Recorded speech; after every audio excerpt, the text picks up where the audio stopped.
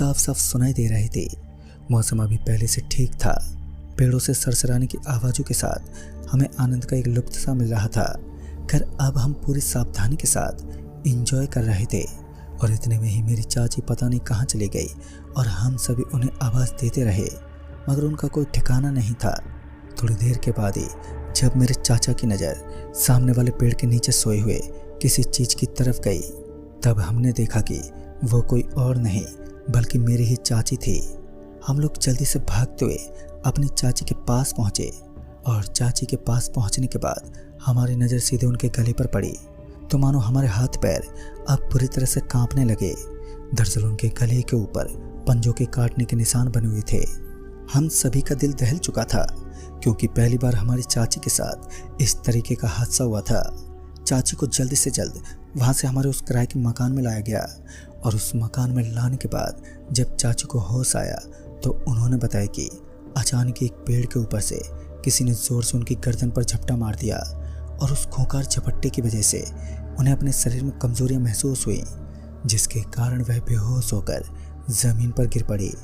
दोस्तों इस तरीके के छोटे हादसे होना भले ही एक आम बात हो लेकिन हमारे लिए अब यह दहशत बन चुकी थी। हम सभी उस जंगल का नाम सुनने के बाद कतराने लगे और इस छोटी सी घटना के बाद मेरे चाचा ने हमें अपने घर से निकलने तक मना कर दिया लेकिन मैं भी घर पर कहाँ टिकने वाला था। मैं बार बार घर से बाहर निकलता रहता और मुझे हर बार अपने चाचा की डांट सुननी पड़ती और वैसे भी मैं इन चीज़ों में काफ़ी कम विश्वास करता था जिस कारण मैंने इन पर ज़्यादा ध्यान नहीं दिया। धीरे धीरे दिन ढलने लगा और अब सूर्यास्त हो चुका था और अब अंधेरा अपनी चरम सीमा के साथ पूर्व दिशा की तरफ फैलता हुआ चारों तरफ अपना प्रकोप दिखाने लगा। आज की रात एक अंधेरी रात होने वाली थी और वैसे भी मैं अपने चाचा और चाची के साथ कल यहाँ से वापस निकलने वाला था। हिमालय की घाटियों में अभी तक हमें ठीक से घूमने तक का मौका नहीं मिला। चाची को आज तेज बुखार था जिस वजह से हम सभी ने बाहर से खाना मंगवा लिया। खाना ऑर्डर करे अब हमें काफ़ी वक्त बीत चुका था मगर डिलीवरी बॉय का अभी तक कोई ठिकाना ना था। रात के करीब 11 बजे घर की बेल बज उठी और जिस वजह से मैं दरवाजे के पास पहुंचा और वहां से उस डिलीवरी बॉय के ऊपर अपनी नज़रें गड़ाने लगा।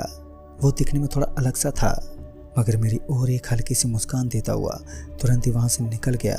अभी तो ये मनहूस रात एक कयामत के मोड़ को अंजाम देने वाली थी।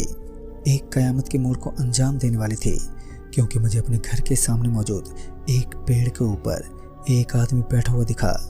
उस आदमी को देखकर मेरा ध्यान लगातार उसी के ऊपर टिका रहा।